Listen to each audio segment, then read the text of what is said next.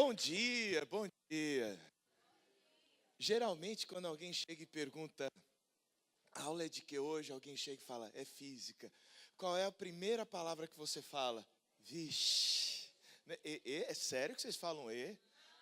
É difícil, né, alguém falar e. Geralmente, a gente fala e quando a gente gosta da matéria, quando o professor traz algum assunto legal. Mas por que será que na nossa vida física tem sempre sido um desespero? Vocês já se perguntaram isso? Será que o problema é da física ou será que o problema somos nós, os professores? O professor deve ser os dois, porque para ser ruim assim, só se for no inferno abraçar o capeta. Bom, eu sou o professor Douglas, eu tenho um canal no YouTube onde eu sempre posto aulas para quem quiser assistir.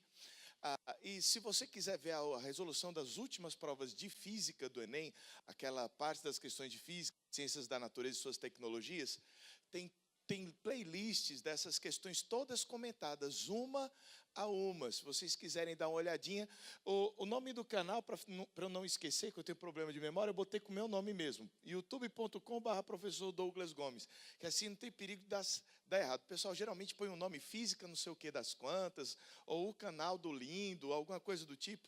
Né? Por falar em canal do Lindo, tem um canal muito bom para quem gosta de curiosidades do mundo da ciência, chamado Manual do Mundo. Eu acho que é o canal de conhecimento científico mais famoso do Brasil. Se você ainda não se inscreveu no canal do Manual do Mundo, vale a pena dar uma conferida. Douglas, e o que a gente vai estudar hoje? Na aula de hoje, a gente vai estudar um negócio interessante. Talvez o cientista mais famoso depois de Albert Einstein. É um cabra chamado Isaac Newton. E o que diabos esse Isaac Newton trouxe de contribuição para o conhecimento científico? Essa é uma representação do Newton e das diversas áreas do conhecimento que ele foi estudar. Ele estudou a óptica, ele estudou a mecânica, ele estudou a astronomia. Quase todos os conhecimentos foram contemplados por esse tal desse Isaac Newton. Mas Douglas, o que nós vamos estudar na aula de hoje? As leis fundamentais da dinâmica que o Newton trouxe para a gente.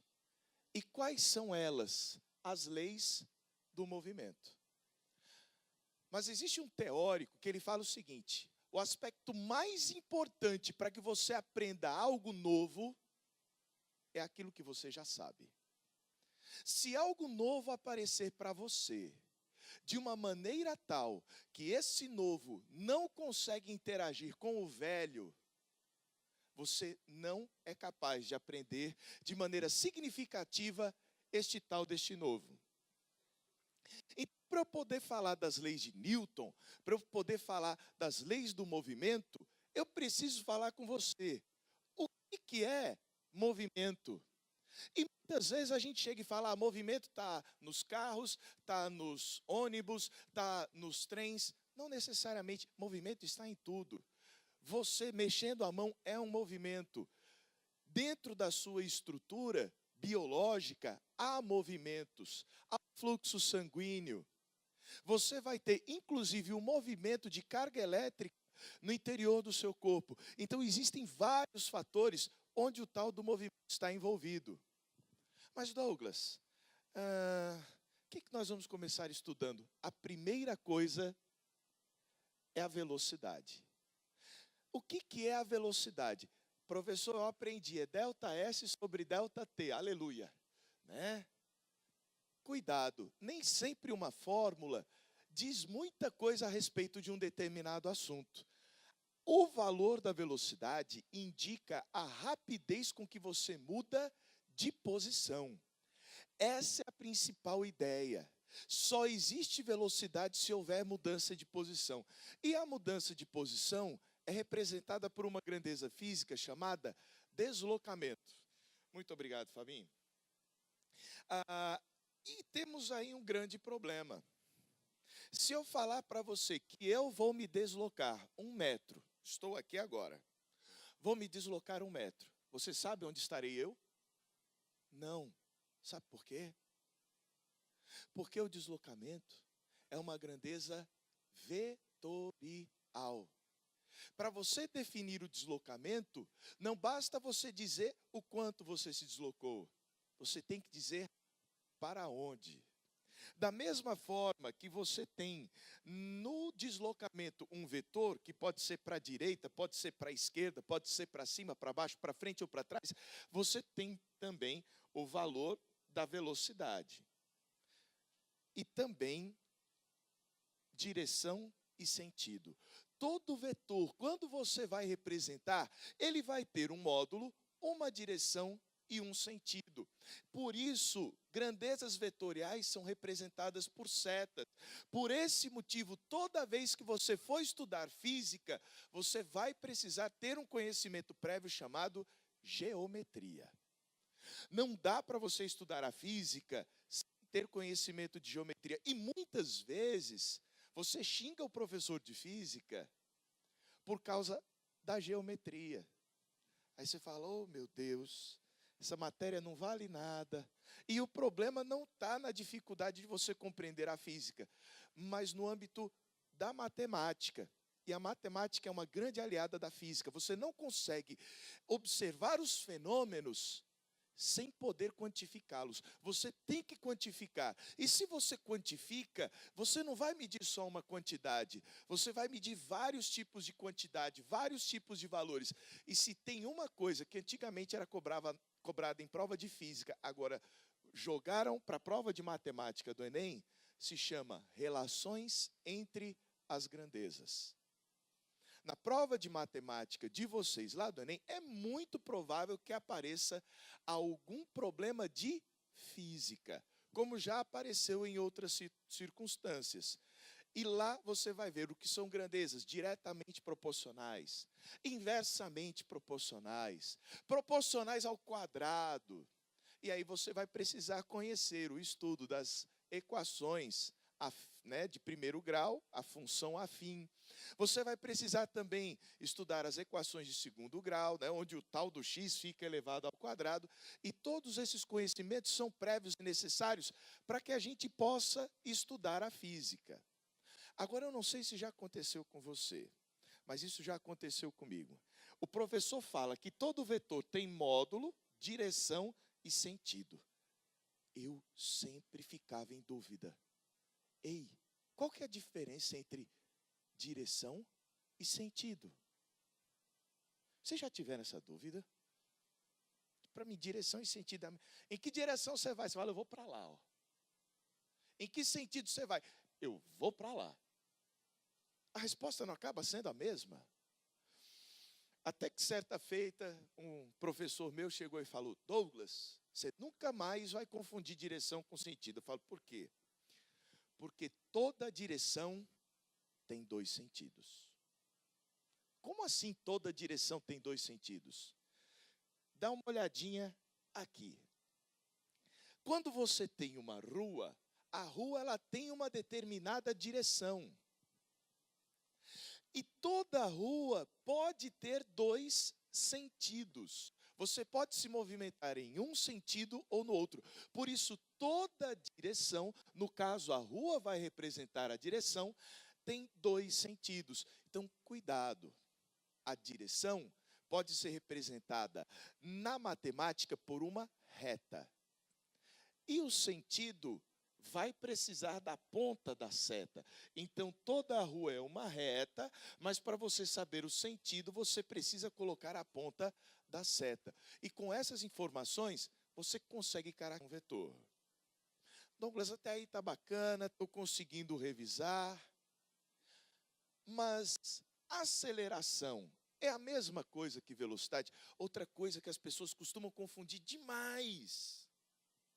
Aceleração não é a mesma coisa que velocidade. São duas coisas muito parecidas, mas não são a mesma coisa. Acelerar significa variar a velocidade. Veja que aqui do jeito que está, a velocidade está indo de 0 para 10, para 20, para 30, para 40. Então você só tem aceleração quando existe variação da velocidade. Então quando eu ganho velocidade, eu estou acelerando. Sim. E quando eu perco velocidade? Você também está acelerando. Só que tem uma diferença. Se você começa o seu movimento aqui, vetor, velocidade, e você acelera nesse mesmo sentido, você vai ganhando velocidade. Por outro lado, se você está se movendo e você acelera no sentido oposto, você perde a velocidade. Então, a aceleração e a velocidade são dois vetores que podem ter o mesmo sentido, e aí você ganha velocidade, ou sentidos contrários, e aí você perde a velocidade. Douglas, então, mudar, ganhar ou perder velocidade significa ter aceleração. É só isso? Não. Você pode ter aceleração quando qualquer propriedade da velocidade mudar. E nem sempre a velocidade está mudando o seu módulo. Ela pode mudar a direção. Se você estiver fazendo uma curva, o seu movimento tem aceleração. Como assim meu movimento tem aceleração numa curva? Sim. Se você fizer uma curva, vai mudar a direção dos vetores velocidade. E se muda a direção do vetor velocidade, o vetor velocidade está mudando. E sempre que eu tenho mudança no vetor velocidade, eu tenho aceleração. Então, cuidado. Tem curva, tem aceleração. Porque se tem curva, a direção do vetor velocidade vai mudar. Bom, mas as leis de Newton não são um estudo apenas sobre o movimento. Newton, ele quis ir além. Ele quis perguntar o que provoca a transformação dos movimentos. Como é que eu posso fazer algo que está parado se mover? Ou como é que eu posso fazer algo que se move parar? Ou como é que eu posso provocar uma curva? E foi aí que Isaac Newton definiu o conceito de força. Mas a força, ela representa algo a mais do que um empurrão. Toda vida que você vai falar em força, força é porque alguém deu uma pancada, deu uma empurrada, deu uma amassada, ou até deu uma puxada. A gente pode pensar em força como isso, só que força é mais do que isso. Força representa interação. Ação entre duas coisas. Você só vai ter força se houver interação. Eu posso aplicar uma força sobre esta garrafa. Se eu aplico uma força sobre ela, eu vou interagir com ela. Eu vou transformá-la. Ela vai ganhar movimento, ela vai se deslocar. Mas eu também serei transformado. Porque em toda interação, a transformação é mútua. Toda vez que você interage com alguém e você transforma essa pessoa, você também foi transformado. Sempre. E existe aquele ditado, acho que quase todos os professores já devem ter falado para vocês, isso, que quando o professor está dando aula para você, ele diz, olha, eu estou aprendendo com você, é a mais pura verdade. Porque o professor, enquanto está aqui, ele interage com vocês. Você interage com o professor. Professor, então, para toda ação tem uma reação. É verdade. Sempre as transformações ocorrem em dupla. Então, imagine que você tem aqui dois rapazes, um magrinho e um mais gordinho ali, porque perdeu a dieta. A força é a interação que eles vão fazer aqui. Uma força de contato vai acontecer entre os dois. E essa força de contato vai transformá-los. Transforma os dois. O magrinho empurra o gordinho e o gordinho empurra o magrinho. E para toda ação existe uma reação. Essa foi a terceira lei de Newton. Professor, não era para a gente começar a primeira?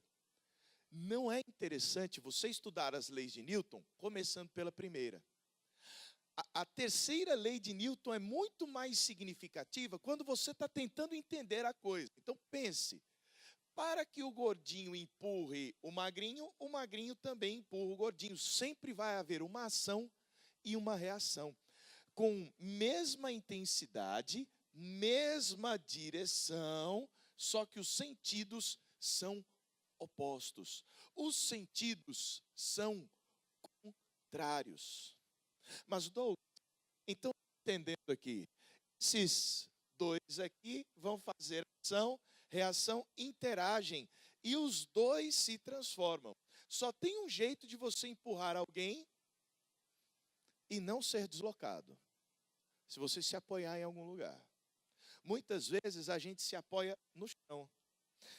Eu estou apoiado aqui no chão, meu tênis está aderido ao chão. Se você for ver o solado do tênis, ele tem um solado feito para ter a aderência.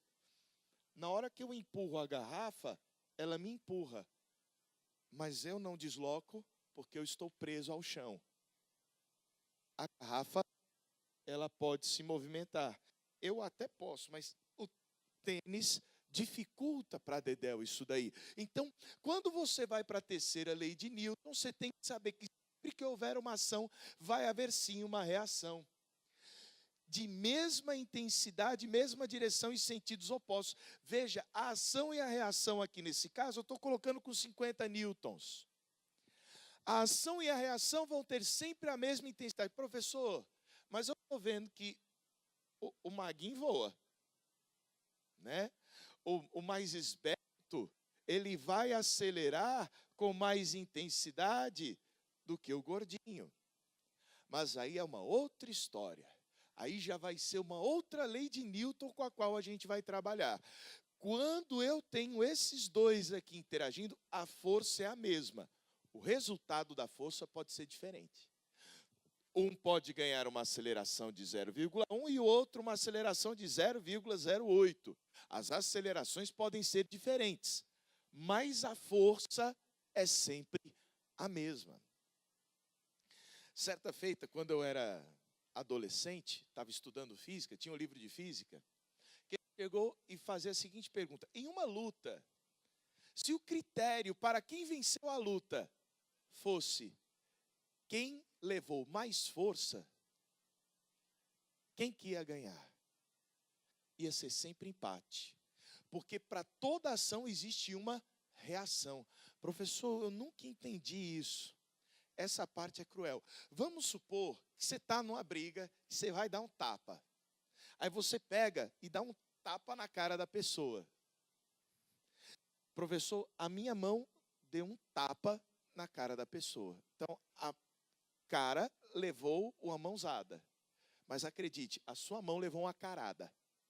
Professor, como assim levou uma carada? Porque deu um tapa. Sua mão não fica ardendo? Fica. Eu estava assistindo a um seriado que o cabra levou um par de chifre, né, da mulher.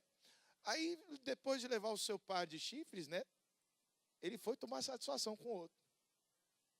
Né? E a culpada foi a mulher. O pobre lá nem sabia que ela era casada. Aí o cara chegou lá e deu um soco no outro. O que aconteceu com a mão do cara que socou? Tipo, o cara levou uma mãozada e o outro levou uma carada. A mão do cara sangrou por conta da pancada que ele deu. Então, toda vez que você for dar um tapa ou dar um soco, você vai sofrer as ações da reação. Professor, e por que acaba que é pior levar no rosto? É porque o seu rosto ele é mais sensível do que a sua mão. Então, é melhor você ser o portador da mão, porque o portador da cara se destrói todinho. Isso quando não perde um dente. Então, a gente tem esses problemas, que é a sensibilidade das coisas, mas numa luta, toda ação tem uma reação. Então, o importante é que você não receba as forças nas regiões frágeis do seu corpo. Essa é a ideia para você ganhar a luta. Douglas, mesmo à distância, vale o princípio da ação e reação? Sim. E isso aqui é uma das coisas mais cruéis que eu já vi. Você tem aqui o planeta Terra e uma maçã. Todo mundo já fez isso aqui. Deixou alguma coisa cair.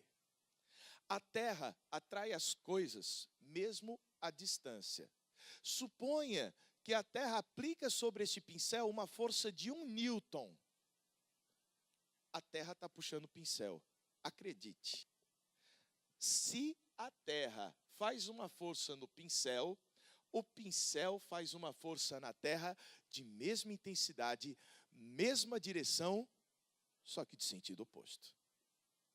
Professor, mesma intensidade, sim. Se a Terra puxar essa maçã com 1 Newton, a maçã puxa a Terra com 1 Newton também. Professor, então eu estou puxando a Terra, que está. Mas a Terra não vem por quê, professor? Porque ela está gorda. Porque ela tem massa demais. A Terra é tão grande que essa força na Terra não faz nem cócegas. Então a gente costuma desprezar essa força que você está fazendo na Terra, porque para ela não fede nem cheira. Ah, tá. Então vamos pegar aqui a terceira lei de Newton, o princípio da ação e reação, e desvendar bonitinho. Para toda ação há uma reação, de mesma intensidade, mesma direção, de sentidos opostos, e o último, eu coloquei de vermelho.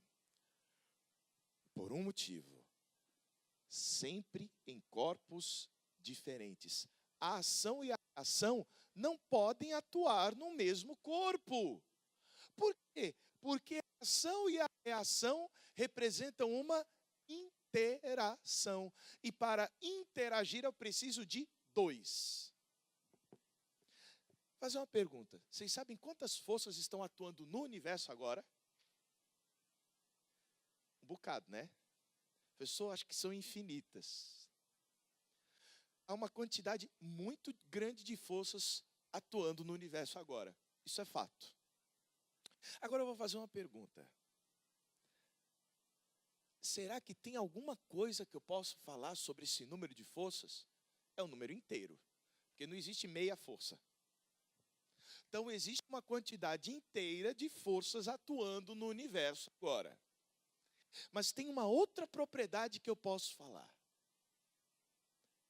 O número de forças que estão atuando agora no universo é par. Por quê? Porque sempre tem uma ação e uma reação. Para toda ação tem a reação. Então, as forças sempre existem aos pares. Então, a quantidade total de forças que nós vamos ter é par. Mas, olha, toda vez que tem um problema, e isso já caiu no Exame Nacional do Ensino Médio algumas vezes, sobre ação e reação, a dificuldade da questão está em você lembrar que a ação e a reação sempre atuam em corpos diferentes. Sempre. Nunca no mesmo corpo. Douglas, e a segunda lei de Newton? Bem, a força, ela vai ter a interação. Mas aqui vem a parte que muitas vezes causa dor de cabeça nas pessoas. A força, ela não provoca o movimento. Ela provoca a mudança no movimento. Antigamente, as pessoas pensavam que a força causava o movimento. E até hoje, muitos pensam assim. Por quê? Porque a gente tem uma experiência na nossa vida. Se tem uma força que está presente em tudo na nossa vida, é uma tal de uma força de atrito. Atrito é uma força que existe entre corpos, que acaba sempre provocando a frenagem dos movimentos. Todo movimento que você provoca, passa um tempo, ele some. O movimento, quer ver? Ó? Pega isso aqui, joga. Não vai cair não, desgraçada. Pronto, aí ela vai e cai. Tinha que cair. Mas uma hora ela vai parar. Pronto, ó, parou. Por que ela parou? Por causa dos atritos. Se não existissem forças de atrito para frear movimentos, todos os movimentos seriam infinitos, os movimentos seriam sem fim. Mas Douglas, eu jurava que enquanto eu estou fazendo força, tem movimento. Parei de fazer força, não tem. Estou fazendo força, tem movimento. Parei de fazer força, não tem. Diga se isso não é algo que preenche nosso coração. Eu não sei vocês, mas no dia que o meu professor de física falou que um corpo livre da ação de forças, se está em movimento, continua em movimento. Eu falo, professor mentiroso, filho, é igual. Não dá. Porque na hora que eu tiro a força aqui, ele para, cuidado. Existe uma das habilidades lá do Exame Nacional do Ensino Médio, que ele fala o seguinte, que não é importante você apenas conhecer a ciência, mas conhecer as concepções equivocadas de ciência e entender qual seria a concepção correta. Então, o Enem quer que você conheça não apenas as leis de Newton. O Enem quer que você saiba a lei de Newton e saiba o que há de errado com as nossas concepções cotidianas, com as nossas ideias cotidianas de ciência. Vamos lá. A partir de agora, você vai ter que desconstruir na tua cabeça. A força não causa movimento. A força provoca mudança no movimento. Força não provoca velocidade. Força provoca aceleração. Professor, prova. Está aí. Parado, não está? Velocidade zero. A velocidade continua igual a zero se nenhuma força atuar. Se eu fizer uma força atuar, ela começa a ganhar velocidade. Agora, na hora que você solta, você viu que ele ainda continua um pouquinho? Porque tem uma força que não é você que está fazendo. É a mesa, que é a tal da força de atrito. A sua força acelerou para que ele ganhasse velocidade. O atrito vai frear para que ele perca a velocidade. Então a força não é a geradora do movimento, é a geradora da aceleração. Douglas, isso está difícil de entender. Calma, a gente vai chegar lá. A lei de Newton, a segunda lei de Newton, dizia o seguinte: quanto maior for a força resultante que atua sobre um objeto, mais aceleração ele ganha. Mas vai ser sempre assim? Não. Existe um outro fator que influencia a aceleração, que é a massa. A aceleração é inversamente proporcional à massa. Como assim? Se você fizer uma força num objeto com pouca massa, ele acelera mais rápido. Se você fizer a mesma força num objeto grande, ele vai ter dificuldade de acelerar. Mas você pode juntar essas duas proporções. Esse símbolozinho aqui meio estranho significa diretamente proporcional a. Na hora que você junta os dois, você pode transformar essas proporções numa equação. A aceleração é a força resultante sobre a massa. Ou se você fizer o produto em x, força é igual a massa vezes a aceleração. Foi daí que surgiu a tão famosa segunda lei de Newton. Ela surgiu dessa ideia aí. Douglas, vou decorar. Eu tinha um amigo que ele decorava assim: física, meu amor. Né? Professor, mas eu não amo não, eu odeio. Né? Física, meu ódio. Pronto, errou a fórmula. Mas, calma aí, Douglas, me dá um exemplo disso. Antes de eu dar um exemplo, tome cuidado. Volta aqui, ó. Força resultante.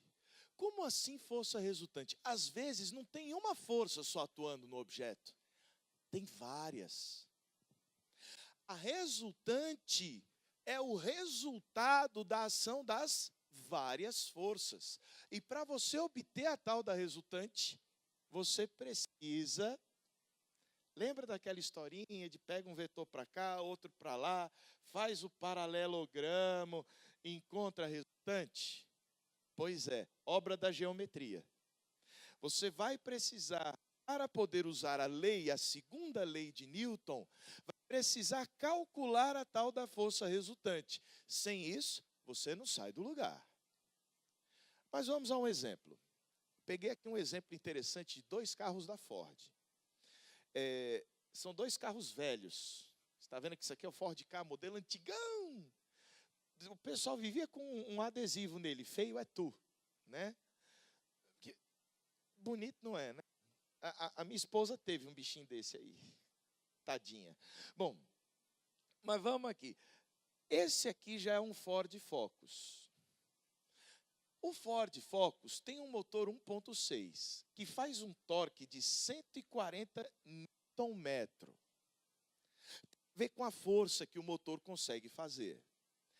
O que eles fizeram? Esse tal desse Ford Focus, ele é o concorrente, adivinha de quem? Do Corolla, do Toyota Corolla. Que todo mundo fala é carrão, né? Do Civic. Carrão, agora tem uma nova edição que parece um carro do Batman. Então, é um carro poderoso, é um motor poderoso. Naquele tempo, você tinha um motor 1.6. Esse carro ia de 0 a 100 km por hora, naquele tempo, em 13 segundos. Era o poder de aceleração que ele tinha. Aí pegaram o motor desse carro e botaram no Ford Ka. O que aconteceu? O carrinho fez de 0 a 100 em 10 segundos. É o mesmo motor, é a mesma força. Mas no casinho, que é mais leve, enquanto que esse carro aqui tem 1.664 quilogramas, o Ford Ka tem 930 quilos. Então o bichinho voava. O pessoal dava o nome desse Ford Ka de Ka Black. Motorzão. Se botasse os dois, vamos fazer uma competição. O Ka ganhava. E ninguém dava nada pelo pobre do Ford Ka. Então, o tamanho é documento. Nesse caso, o tamanho pequeno é mais documento que o tamanho grande. Então, Douglas, eu posso julgar um carro só pela feiura? Não. Você tem que ver a relação entre o motor e a massa do carro. Quanto mais leve, melhor. Então, se você quiser um carro com melhor desempenho, tem que ser um carro com pouca massa. E tome cuidado. Às vezes você está andando sempre sozinho no carro e você vê que o carro responde bem. Aí, de repente, você vai sair com os amigos, aí você lota o carro. Aí você pisa, o bicho não sai do canto às vezes. Ele fica tão difícil de ganhar velocidade, como fica difícil de perder. Quanto maior a massa do carro, mais difícil de ele ganhar velocidade, ou seja, acelerar positivamente, como é mais difícil para ele perder velocidade. E é aí que a gente faz besteira. Me lembro como fosse hoje, eu estava com um carrinho velhinho de pai, eu tinha uns 19 anos, era um Fiat Premio o nome do Fiat. Era o Uno Sedan. 1990 e alguma coisa. E aí eu fui buscar uma amiga que tinha vindo de São Paulo, fui pegar no aeroporto, e aí você sabe que quando você vai pegar alguém no aeroporto, todo mundo quer ir junto. Aí lotou o carro. E as malas? Jesus. Aí na hora que foi frear, meu Deus, eu vou bater. Porque o carro não estava conseguindo frear como antes. Tinha massa demais no carro. Então, essa história da massa, você precisa ter em mente quando for pensar no poder de aceleração ou de frenagem. Vai fazer diferença. Carro cheio ou carro vazio. Eu já estou começando a acostumar mais. Agora eu já estou lá em casa com a casa cheia. Toda vez que vai sair, é sempre o carro cheio, 5 pessoas. Eu vou precisar de um carro de 7 lugares agora. Pena que é muito caro, né? Carro de 7 lugares, vocês já viram? E só tem um que não é dos carão, aquele Chevrolet Spin, que parece uma capivara, né? Oh, Jesus, mas se for a necessidade, a gente faz, né? O quê? Já estou com 3 crias, né? Aí vai, as 3 crias, lotou o banco de trás. Aí vai tu e a mulher na frente, e a sogra para ajudar a cuidar? Tem que levar a sogra, né? Aí a gente põe a sogra no porta-malas. Bom, voltando aqui, se ela me ouve falando isso. A primeira lei de Newton, ela vai trazer uma outra ideia. Vocês estão vendo que a gente está indo de trás para frente, a gente pegou a terceira, a segunda e agora a primeira? Se a força resultante for zero, a aceleração é zero. Como assim? Ora, se você voltar para cá, se a força resultante for zero, ó, a aceleração será zero. Não tem para onde correr. E a aceleração zero significa o quê? Significa movimento nulo? Quer dizer que se a aceleração está zero, eu não tenho movimento? Não. É aí que vem o cuidado. Cuidado, aceleração nula não significa movimento nulo, porque a aceleração não está relacionada à velocidade, ela está relacionada à mudança da velocidade. Então, ó, se a nossa aceleração é zero, caso o corpo esteja em repouso, ele permanece em repouso, ele permanece com velocidade constantemente nula. Aceleração nula significa velocidade constante. Se ele está parado, ele fica parado. E se ele estiver em movimento, ou seja, a velocidade dele não está nula, ele tende a permanecer em movimento, com velocidade constante e não nula. Douglas, nunca entrou na minha cabeça, porque para mim tudo para. Tudo para por conta dos atritos. Douglas, eu queria ver um negócio que não para. Vai jogar boliche. Quando você solta a bola vai. Ela não para. Por quê? Porque a pista do boliche é muito lisa. Não tenta andar na pista do boliche. Aliás, não tente não, que você vai escorregar, vai cair, vai causar um acidente. Não existindo atrito, o corpo tende a permanecer em movimento. Você precisa de força para parar o corpo. Bem, aqui a gente tem uma lembrança de que peso é uma força. E aqui eu quero trazer um assunto que, cá entre nós, ele é árduo. Alguém já perguntou o seu peso? Já. Posso te contar uma coisa? Próxima vez que alguém perguntar o seu peso, você fala, não tenho não. Ninguém tem peso. Peso não é uma propriedade sua. Professor, como assim? Peso é algo que atua em você. Peso é uma força com que a terra te puxa. A terra te puxa. O nome dessa força é peso. Douglas, e o que é uma propriedade minha? Propriedade sua é massa. Você tem uma massa. Ô, professor, lá vem aquela história de diferença de massa e peso. Massa é uma coisa sua. A minha massa, infelizmente, andou passando do limite. Minha mulher toda vez fala, ô amor, come menos. Mas de noite, é tão bom comer de noite. De madrugada, aquela hora em que seu metabolismo está baixo. E se tiver um docinho ali perto da geladeira? Desgraça se chama pudim na geladeira. Pudim acaba com a vida de qualquer pessoa. É destruidor. E lá vou eu aumentar minha massa comendo pudim. 90 quilos. Então lá foi eu, a balança, e vi 90 quilogramas a minha massa. E o meu peso? Tenho peso não. Peso não é uma propriedade minha. Peso é a força com que a terra me atrai. Peso não é uma propriedade, não é uma característica do corpo, mas sim algo que atua sobre ele. A massa é tua. Para onde você for, você vai manter a sua massa. Porque a massa é algo seu. É uma propriedade tua. Então, se sair daqui para a Lua, o que acontece com a massa? Mesma coisa. O que vai mudar é que lá na Lua, a Lua como é miudinha, ela não te puxa tão forte quanto a Terra. Aí você vai ver lá nos filmes, o povo lá na Lua, andando na Lua, dá um pulo, demora 2 horas para cair. Porque lá a força-peso é menos intensa, porque existe um campo gravitacional menor. Douglas, e o próximo assunto que a gente vai ver?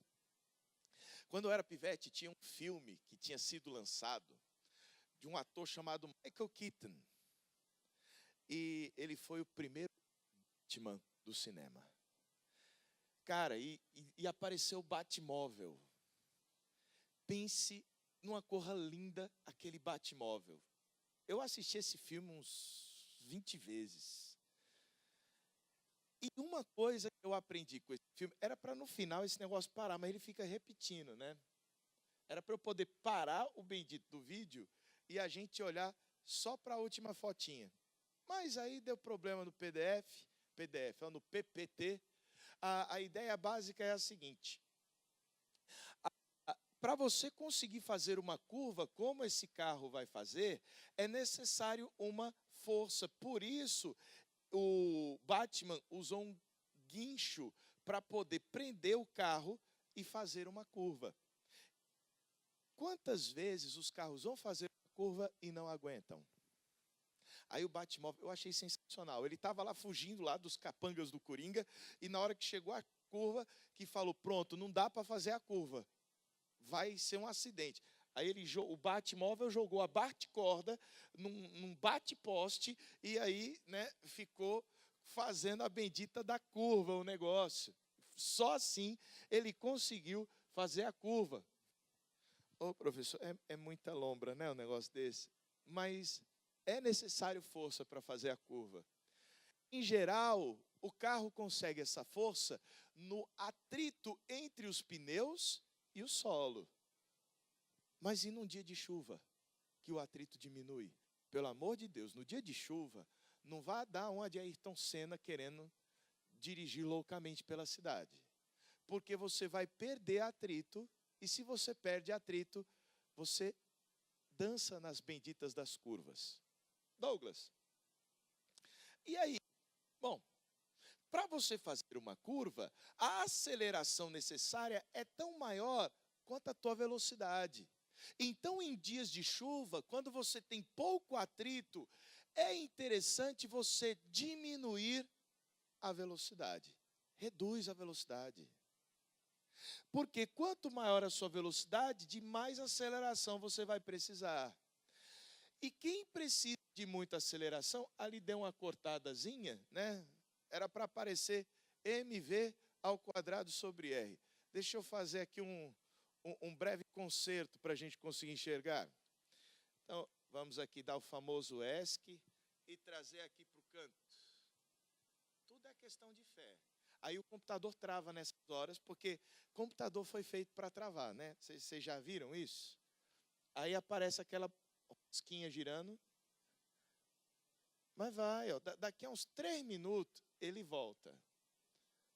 Pronto, ó, voltou.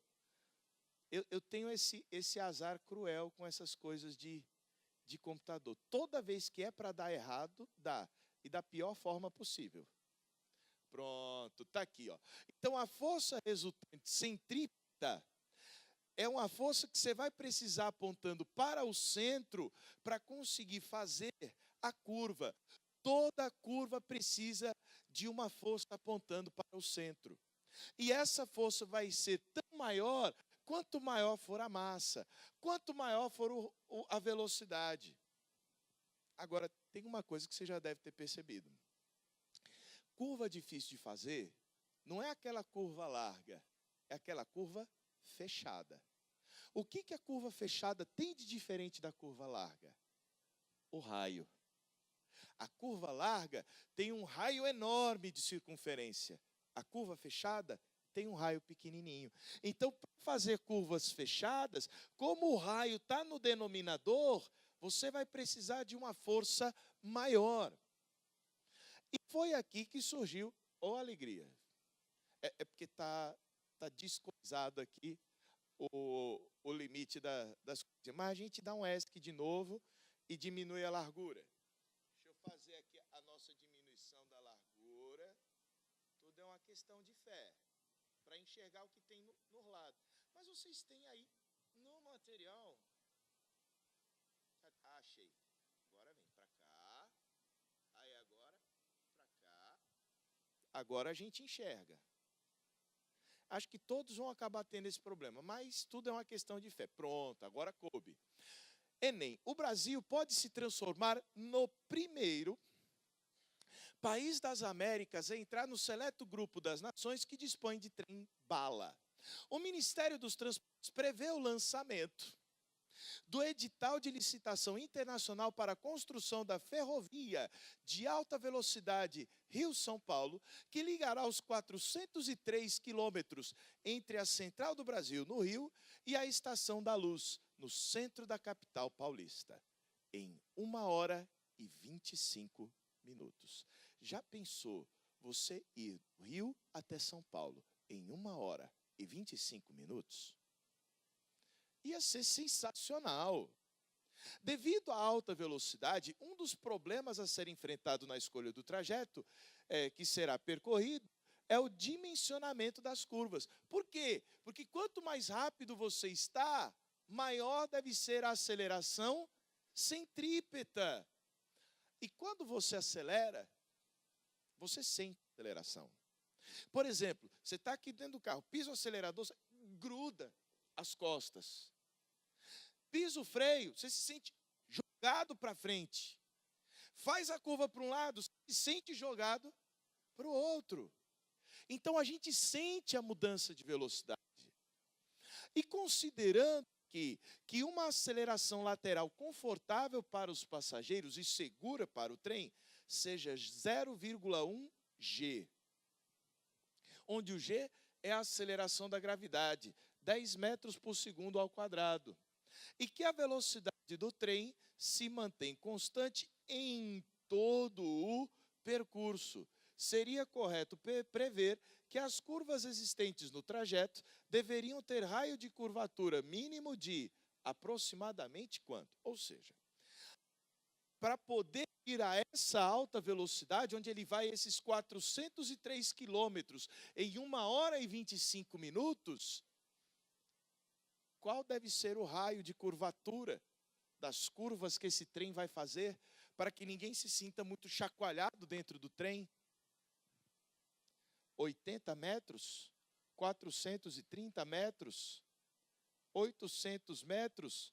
1.600 ou 6.400? Você fala, professor, essa é a questão que eu vou pular. Pula não. Vamos com calma. Primeira coisa que você tem que fazer é identificar os dados do problema. Você tem o deslocamento, você tem o tempo. Com a distância e o tempo, você calcula a velocidade.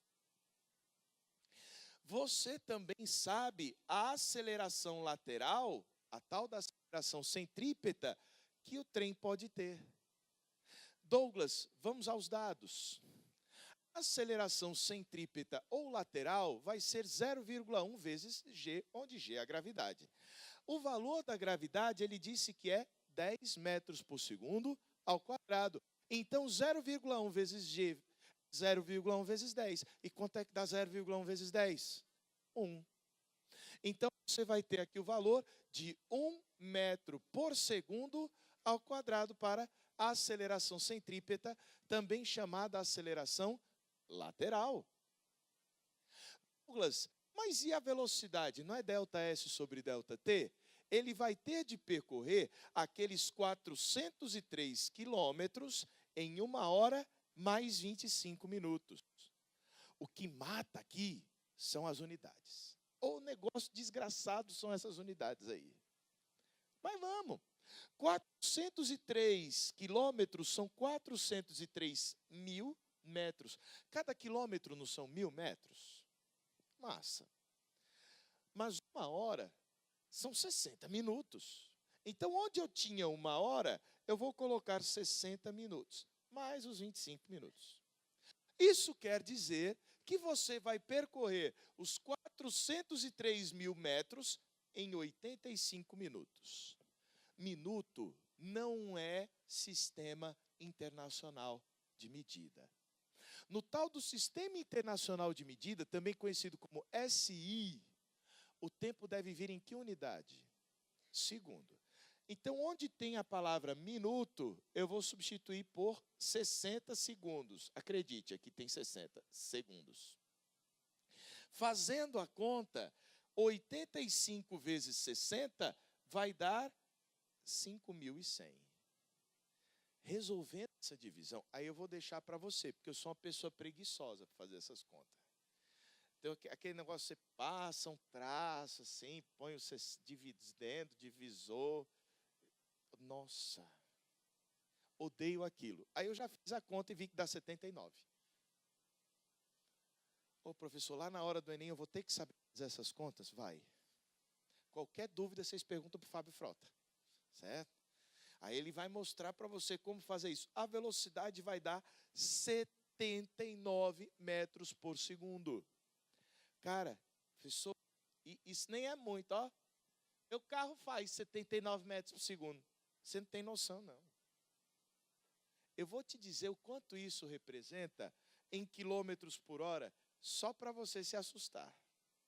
Então eu vou pegar aqui, ó, 79. Para transformar para quilômetros por hora, você tem que multiplicar por 3,6. Então, vezes 3,6. 284 quilômetros por hora. Você já viajou a essa velocidade? Nem eu. Deve ser um negócio emocionante, né? Lá no Japão eles têm uns trens que fazem isso. Uau! Mas espera aí, qual que deve ser o raio da curva para poder dar certo? Pega aqui. A aceleração centrípeta não é v² sobre o raio? Se você puxar o raio aqui para cima, a aceleração centrípeta vezes o raio vai ser igual a v²? Massa. Douglas, legal. Então o raio é igual a v² sobre a aceleração centrípeta. Bonito. Legal. Agora substitui 79² dividido por 1. Ô, professor, glória a Deus. Amo dividir por 1. Eu também. Né? É o mesmo que não fazer nada. Então, você vai pegar 79² dividido por 1, vai dar 6.241.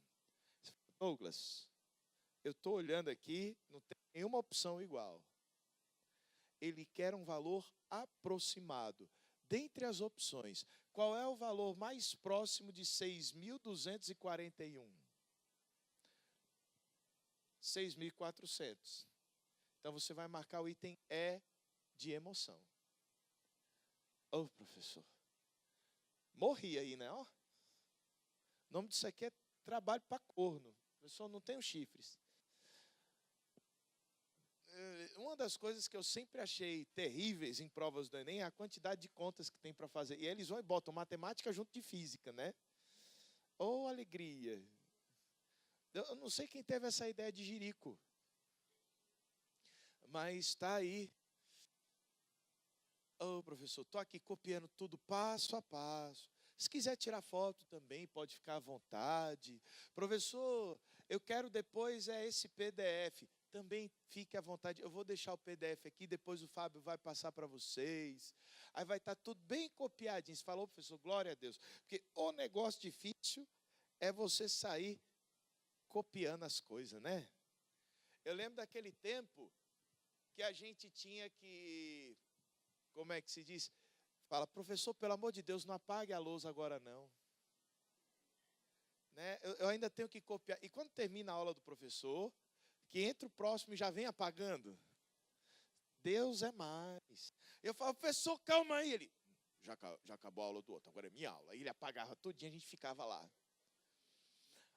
O ruim de ser velho, eu não sou tão velho, eu só tenho 22 anos. Mas o ruim de não ter vivido essa era digital é que, poxa, cara, eu não ia ter caderno hoje em dia. Eu ia tirar foto de todas as lousas do professor. Ia montar um PDF com foto, né? O professor ia acabar a memória do celular. Põe na nuvem, né? Agora tem negócio de põe na nuvem. Depois que inventaram a internet, o mundo é mais doce. Posso ir para a próxima? Então vamos para a próxima. Nosso próximo problema é um dos mais divertidos. Oh, alegria! Tá difícil de ver aqui, mas vocês conseguem ver no de vocês. Eu consigo ler aqui no cantinho. Um fazendeiro possui 2 cavalos igualmente fortes. Opa, nossos cavalos têm a mesma força. Ao prender qualquer um dos cavalos com uma corda a um muro, observa que o animal, por mais que se esforce, ele não consegue arrebentar essa corda. Ele faz força, e a corda não arrebenta. Isso é bom. Corda boa. Depois ele faz o seguinte, ele prende em seguida um cavalo ao outro. Tão esforçadamente quanto antes. É a mesma corda.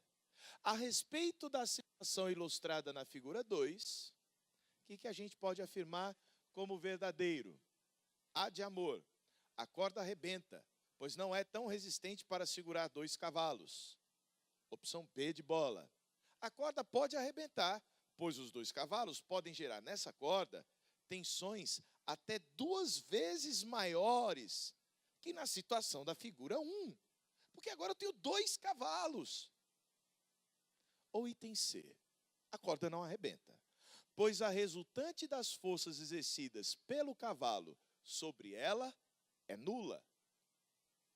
Ou D.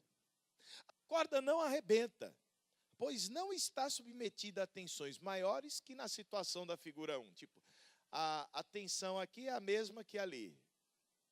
Ou não se pode saber se a corda arrebenta ou não, pois nada se disse sobre sua resistência. E aí, o que a gente ia marcar? C? Porque não vai arrebentar, pois a resultante das forças exercidas pelo cavalo pelos cavalos sobre a corda é nula. Vamos ver se é C. Calma, vamos testar C primeiro. Pega aqui a C. Faz de conta que eu sou a corda. Alguém me puxa desse lado e alguém me puxa do outro. Tem chance de eu arrebentar? Tem. A resultante sobre mim é nula? É. Porque eu não vou sair do lugar. O que vai acontecer é que eu vou partir ao meio, mas sair do lugar eu não vou. Entenderam o problema? A resultante é 0. A resultante é nula. Mas eu vou me arrebentar todinho. Então, o fato de a resultante ser nula não significa que você não vai arrebentar. Aí alguém chegou e falou, Douglas, não é o C, é qual? D? A corda não arrebenta? A B? B é de bola. A corda pode arrebentar, pois 2 cavalos vão conseguir fazer 2 vezes mais força, não é? Como vocês são indecisos. É a B mesmo? D. Calma, agora nós vamos à solução do problema. Está aqui os nossos cavalinhos. Vamos botar o cavalo ali, a corda e a parede. A gente agora vai estudar as forças que vão atuar em cada elemento, na parede, na corda e no cavalo. Certo. O cavalo puxa a corda e a corda puxa o cavalo. A corda puxa o cavalo com a força F, o cavalo puxa a corda com a força de mesma intensidade, mesma direção, só que de sentido oposto. O que muitas vezes a gente não percebe, porque a gente fala, o muro é só um muro, o muro não é um cavalo. Calma, o muro pode fazer um papel de um cavalo. Como assim? A corda vai puxar o muro com uma força F. E o muro vai puxar a corda com uma força F também. A resultante das forças da corda é 0, mas ela teria o risco de arrebentar. Só que o problema fala que esse cavalo tentou arrebentar a corda e não conseguiu. Sensacional. Então essa corda aguenta essa força F, feita pelo cavalo de um lado e feita pela parede do outro. Tem a parede fazendo corda, fazendo força na corda. No segundo caso, tem o cavalo, tem a corda e tem outro cavalo. O que a gente fez no segundo caso? A gente só trocou a parede por um cavalo. A corda puxa o cavalo puxa a corda. Essa corda puxa o outro cavalo puxa essa corda. Então, o que acontece com a corda aqui embaixo é a mesma coisa que aconteceu antes. Se ela não arrebentou antes, ela não arrebenta agora. E aí, qual que é a opção correta? D de dado. Maldosa nessa questão. Professor, eu ia boiar nessa daí, mas eu vi que muitas pessoas acertaram.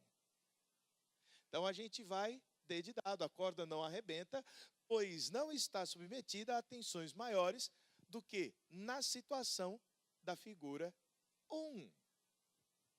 Douglas, tá legal, tá divertido. Então, eu não caio mais nessa brincadeira das forças trocando um cavalo por uma parede. Bom, essa daqui é uma outra questão e essa caiu no Enem. Tem no material de vocês também. Eu esqueci de colocar o número aqui, mas vocês devem achar com facilidade pelo gráfico. É a questão de número 4. Então, vamos lá para 4. Em uma colisão frontal entre automóveis, a força que o cinto de segurança exerce sobre o tórax e o abdômen do motorista pode causar lesões graves nos órgãos internos. Pensando na segurança do seu produto, um fabricante de automóveis realizou testes com modelos diferentes de cinto. Os testes simulavam uma colisão de 0,3 segundo de duração. E os bonecos que representavam os ocupantes foram equipados com acelerômetros. Acelerômetro é um medidor de aceleração. Esse equipamento registra o módulo da desaceleração do boneco em função do tempo. Parâmetros como massa dos bonecos, dimensões dos cintos e velocidade imediatamente antes e após o impacto foram os mesmos para todos os testes. O resultado final obtido está no gráfico. Aceleração em função do tempo. Qual modelo de cinto oferece menor risco de lesão interna ao motorista?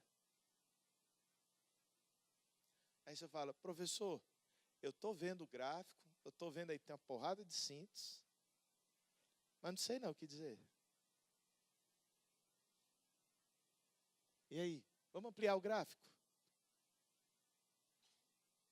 Tá aí o gráfico para você olhar e falar, olha, cada cinto tem o cinto 1, tem esse gráfico, tem o cinto 2, tem esse gráfico, cinto 3, este gráfico aqui, 4 esse aqui, e o 5 esse daqui.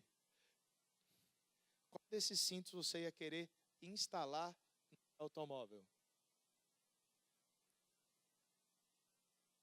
O 1, 2, o 3, o 4 ou o 5? O B, o 2? O 3? O 3 na brincadeira é esse aqui, né? Não? O 2 é esse aqui. Esse aqui é o 2. Tá tudo tão parecido, não tá não? Ó, porque o 2 ele tem os pontinhos menorzinhos, entendeu? Ó. O 3 tem uns pontinhos maior. Ó, o pontinho do 3 é maior. Então, esse aqui seria o 3, não seria?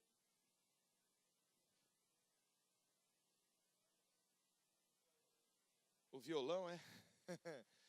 Então, você escolher esse aqui? O 2, então. Ah, vocês não se decidem?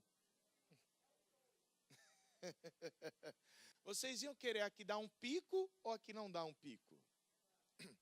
Por quê? Maior tempo. Por que você quer maior tempo? Pronto, isso tem a ver com a questão do impacto. Douglas, como assim com a questão do impacto? Você vai olhar para cá, ali já não coube, aqui também não coube. Mas a força resultante é a massa vezes a aceleração, não é? Ótimo. Quem tiver mais aceleração vai sofrer mais força resultante.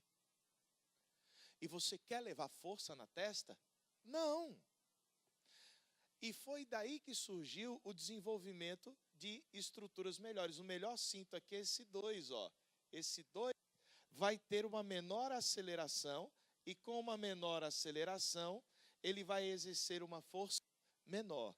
Por que que esse cinto vai fazer uma força menor, mas vai conseguir frear você igual a todos os outros? Porque ele vai fazer essa força pequena, mas num intervalo de tempo maior. Essa é a ideia. Frenagem tem que demorar. Frenagem brusca machuca. E foi por isso que eles desenvolveram uma tecnologia chamada airbag. Para que serve o airbag? Para fazer uma força que demore mais tempo sobre você do que o cinto de segurança. Porque o cinto de segurança, ele vem te fazendo aquela força, ele dá aquela travada, aquele tec, não dá? O airbag não, ele vem e joga na tua cara para te frear com uma suavidade maior. Mas nem é tão suave assim. Minha esposa levou um airbag na cara, já faz uns 2 anos. A bichinha estava indo deixar as pivetas na escola, aí no meio do caminho, um doido avançou a preferencial, bateu, girou, abriu, foi uma loucura. A mais velha perdeu 2 dentes. A mais nova não aconteceu nada porque estava naquela cadeirinha, né? Ó, a melhor coisa do mundo, cinto de segurança e cadeirinha. E a Érica não aconteceu nada também não, ela levou só uma bufetada do airbag e queima aquilo, viu? Mas não tenha medo não, salva a sua vida. Se você tacar a testa no volante, é muito pior. Então, voltando aqui à nossa história, você vai ter uma aceleração maior com esse aqui e uma resultante maior. Então, já dá para marcar como opção, qual era a nossa opção? Volta. O B de Bila, né? Ó, acelera o resultado final, o menor risco de lesão interna ao motorista é o cinto 2, B de bola. Pronto. Douglas, mais alguma coisa? Sim, eu amo este problema. Pense numa questão legal, acho que é a última, a questão 20. Ela conta a seguinte história. Um livro de peso igual a 4 newtons está apoiado em repouso na palma de sua mão. Como eu não tenho um livro, eu vou usar o celular. O celular está em repouso. Não está gravando, mas está dando mesmo, né? Livro digital. Hoje em dia você baixa o PDF, né? Olha, uma das melhores coisas que inventaram, eu fico dizendo, hoje é o melhor tempo para se estudar e se viver. Porque eu ia para a faculdade, a vida era xerox. Você gastava mais dinheiro com xerox do que qualquer outra coisa na vida. Você tinha uma conta lá no homem da xerox. Hoje em dia não. Hoje em dia você pega o PDF e lê no celular. E hoje em dia, acho que todo mundo anda com celular. Você pode não ter o que comer, mas um celular você tem, né? A vida agora é assim. Mas voltando aqui à nossa história. Está aqui você segurando o celular na mão. Aí ele fala, uma força para baixo de 4 newtons é exercida sobre o livro por quem? Pela mão ou pela terra? Uma força para cima de sei lá quanto é exercida sobre sei lá quem pela mão. Eu odeio esse negócio de completar. Fica aquele tchanhanhã, né? Por tchanhanhã. 3. A força para cima do item 2 é a reação à força para baixo do item 1? Professor, se eu souber fazer essa daí, eu bem. Vamos tentar entender? Está aqui a história. Então você tem o planeta, a mão e o livro. O livro está em contato com a mão, mas está distante da Terra. A força que a mão exerce sobre o livro é uma força chamada força de contato. Já a força que a Terra exerce sobre o livro não é uma força de contato, é uma força à distância, chamada força de campo, a tal da força peso. Professor, está ficando legal. Vamos colocar as forças. Para representar as forças, eu separei agora cada um dos sujeitos. Você vai ter o livro, você vai ter a mão e vai ter aqui embaixo o planeta. Essa separação é meramente didática. O livro está em contato com a mão. Primeira coisa que você costuma representar, a força peso que atua sobre o livro. A Terra puxa o livro para baixo com uma força de 4 newtons. Mas se a Terra puxa o livro para baixo, o livro puxa a Terra para onde? Para cima. Ó. Força peso com que o livro atrai a Terra. É reação àquela outra força peso. Então você tem o peso que a Terra faz sobre o livro e o peso que o livro faz sobre a Terra. Mesma intensidade, mesma direção, sentidos opostos. Agora, vamos ver a história entre o livro e a mão. Por que o livro não está caindo? Porque a mão está segurando. A mão está segurando significa que a mão está fazendo uma força no livro para cima. Olha ela ali. A força normal que a mão aplica sobre o livro. Força normal é o nome que a gente dá à força de contato entre a mão e o livro. Aí vem aquela história. Se a mão faz uma força normal para cima no livro, para equilibrar o livro, impedir que ele caia, para impedir que ele caia, tem que ser 4 newtons também. Então, se a mão empurra o livro para cima, o livro empurra a mão para baixo. A força que o livro faz para baixo sobre a mão é uma força de contato. Agora vamos ver se vocês acertaram a questão aí. Eu fechei aqui o enunciado. Volta enunciado. Negócio de tecnologia é uma alegria. Sempre demora. E trava, o que é mais legal. Eu sempre quis entender por que as coisas travam. E agora sumiu o arquivo. Onde está você agora? Aí você tem que encontrar o aplicativo. Achei o aplicativo. Aí o aplicativo uma hora abre. Está aqui, aí abre o arquivo. Pronto. Agora a gente volta à leitura do enunciado. Um livro de peso igual a 4 newtons, certo? Agora vamos lá. Primeira afirmação. Uma força para baixo de 4 newtons é exercida sobre o livro por quem? Quem é que está puxando o livro para baixo? A Terra. Pode completar com Terra. 2. Uma força para cima de tchanhanhã é exercida sobre o tchanhanhã pela mão. Espera aí. A mão está fazendo força sobre quem? Sobre o livro. Então você vai começar de trás para frente. Nessa segunda frase, você vai colocar ali sobre o livro pela mão. A mão está fazendo uma força para cima de quanto? 4 newtons sobre o livro. Então, na segunda você coloca uma força para cima de 4 newtons, é exercida sobre o livro pela mão. Ótimo. Agora vem a última pergunta. A força para cima do item 2 é a reação à força para baixo do item 1? Não? Por que não?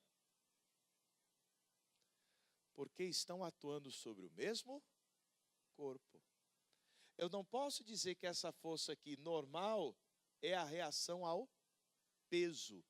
A normal nunca vai ser a reação ao peso. Então, se algum dia você tiver a vontade de dizer que a normal é a reação ao peso, perca essa vontade na hora. E eu vou dizer por que não pode ser ação e reação logo de cara. Primeiro, porque atuam no mesmo corpo, a normal e o peso. Segundo, porque o peso é uma força de campo e a normal é uma força de contato. Você só tem normal se tiver contato. Então, uma força de contato não pode ser uma reação a uma força de campo. Deu para entender a ideia? Tudo bem? Então está aqui. Nossa brincadeira agora foi dizer não. E aí qual que é a opção correta? Opção é de emoção. Então pronto. Terra, 4 newtons, livro e não. Vocês estão conseguindo acompanhar a aula de hoje? E aí, física está tão difícil assim? Não é difícil. Quando a gente começa a entender como as coisas funcionam, não fica tão ruim. Ô professor, toda vez que eu vou ver física, eu já tenho a vontade de chorar. Chora não, tem coisa pior na vida. Essa questão aqui é legal. Ela diz o seguinte: durante uma faxina, a mãe pediu que o filho a ajudasse, deslocando um móvel para mudar de lugar. Você sabe que se tem uma coisa que é mala, é filho. Filho é muito mala. Para escapar da tarefa, olha, a malícia. O filho disse ter aprendido na escola que não poderia puxar o móvel. Pois a terceira lei de Newton define que se puxar o móvel o puxará igualmente de volta. E assim, ele não conseguiria exercer uma força que possa colocá-lo em movimento. Qual argumento a mãe utilizará para apontar o erro de interpretação do garoto? A força de ação é aquela exercida pelo garoto? B. A força resultante sobre o móvel é sempre nula? C. As forças que o chão exerce sobre o garoto se anulam? D. A reação é um pouco maior que a força de reação? Ou E. O par de forças de ação e reação não atua em mesmo corpo? Ah, é? A gente falou isso tantas vezes. Vocês estão vendo que a gente vai começando a entender, de repente você está resolvendo o Enem todinho e acertando. Aí a questão foi do Enem, eu não tirei de outro lugar. Mas, Douglas, apesar de tudo bem, eu aceitei aí que você disse que a ação e a reação são em corpos diferentes, mas eu sempre tive um problema em entender a história do jegue. Do jegue da carroça. O jegue e a carroça é esse mesmo problema aqui.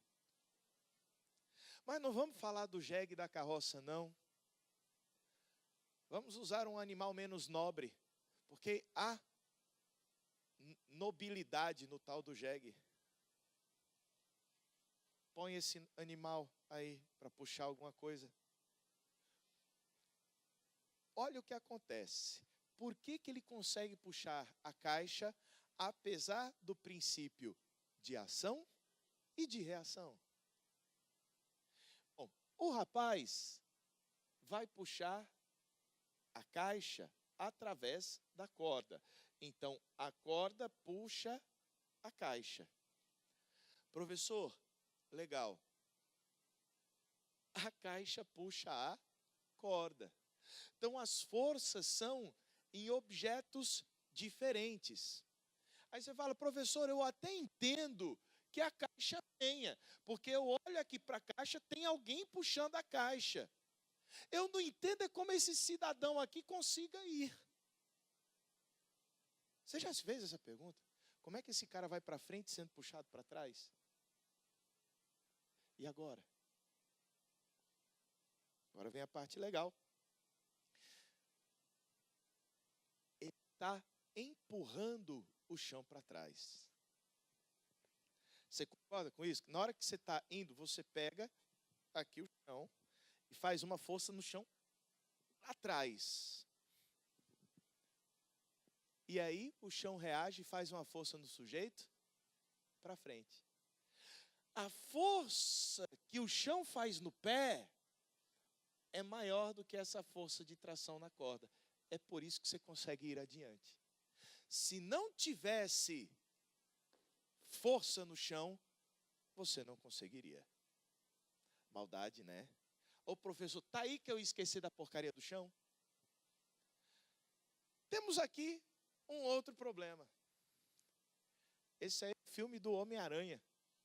Pense na careta que ele faz. É impagável a careta que ele faz enquanto ele vai segurando um pobre do trem. Eu não sei porque botaram um músculo lá do bicho. Ele é tão maguinho, né? Acho que é tudo fake. Acho que esse foi o Homem-Aranha 2, né? Daquele primeiro Homem-Aranha. Já lançaram tanto Homem-Aranha depois desse daí? Em um dos filmes do Homem-Aranha, ele consegue parar uma composição de metrô em aproximadamente 60 segundos. Aí com as teias de aranha dele. Considerando a massa total dos vagões e das pessoas, 30 mil quilogramas, e que a velocidade inicial era de 72 quilômetros por hora, qual o valor da força resultante que o herói em questão deve exercer em seus braços? Douglas, sei lá, né? Como é que eu faço? 10 mil newtons? 15 mil newtons? 20 mil newtons? 25 mil newtons? Ou 30 mil newtons? Vamos fazer a conta. Está aqui, ó. Os dados estão aqui. Ele vai demorar 60 segundos para frear. E a massa é de 30 mil quilos. A velocidade inicial são 72 e a final, 0. Qual que é o número dessa questão? Esqueci de dizer. A 9? Pronto, então estamos aí na 9. Cuidado com o que acontece agora. Ele deu a velocidade em quilômetros por hora, o tempo em segundos. Eu não posso misturar hora com segundo. A primeira coisa que eu faço é transformar 72 quilômetros por hora em 20 metros por segundo. Como é que eu faço isso? Divide por 3,6. Se você tiver o valor em quilômetros por hora, quiser obter em metros por segundo, você divide por 3,6. 72 quilômetros por hora são 20 metros por segundo.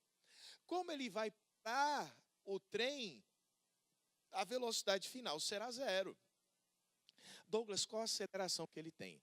A aceleração é a rapidez com que você varia a velocidade. Então, a aceleração é a variação da velocidade dividido pelo intervalo de tempo. A variação da velocidade é a final menos a inicial. E o intervalo de tempo, 60 segundos. A velocidade final é 0 e a inicial, 20 metros por segundo. Faça essa divisão. Menos 20 por 60, cancela 0 com 0, 2/6, ou 1/3. Douglas, por que essa aceleração deu negativa? Porque ao invés de ele ganhar velocidade, ele está perdendo. Professor, tá massa. E agora? Ele quer saber a força.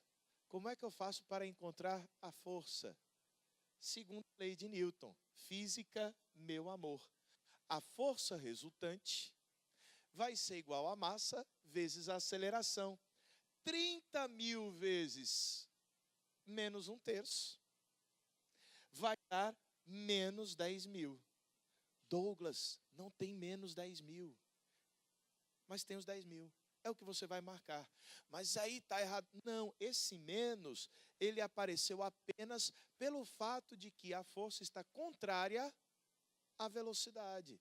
Essa força, ao invés de fazer a velocidade aumentar, ela faz a velocidade diminuir. Douglas, eu estou preparado para o Enem? Tá. Vou contar um segredo. O assunto que mais cai na prova do Enem é mecânica.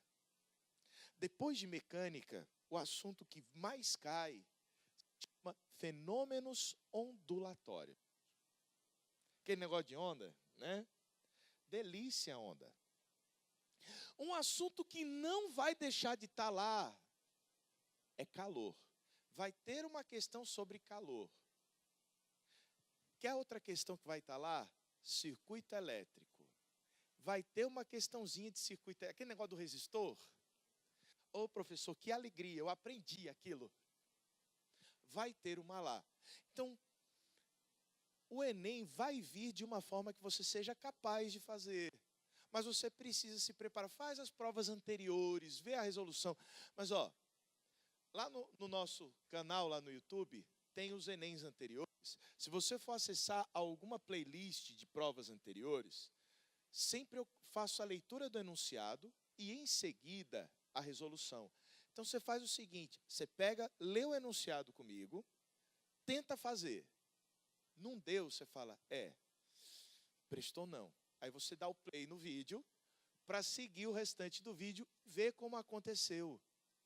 Você trabalhar a resolução de questão é importante, porque mesmo que você estude, o fato de você estudar a teoria não te capacita necessariamente a conseguir resolver as questões. São duas coisas, saber física e saber resolver questão de física. Saber física te ajuda a resolver questão, mas não é tudo. É só 50%. Douglas, tem mais alguma coisa? Tem, ó. Para fechar, quanto tempo falta? Já acabou, né? Então, vou deixar aqui para vocês a resolução de todas as questões em PDF nesse link. Se você acessar esse link, bit.ly/pdf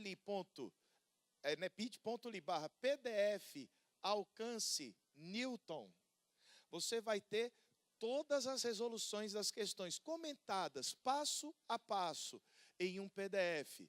Douglas, tem mais? Tem a questão 16 do paraquedas. Você quer ver a resolução dela? Tem um vídeo todinho com a resolução, chamado bit.ly/física do paraquedas. Você vai ver a resolução da questão 16. Tem uma questão 13 sobre polias e talhas. Tem um vídeo também ensinando como funcionam as talhas e as polias. Bom, foi um tempo curto aqui entre nós. Espero que tenha conseguido ajudar vocês nessa parte. Eu agradeço pela atenção de todos vocês. Que Deus os abençoe e que vocês façam uma boa prova.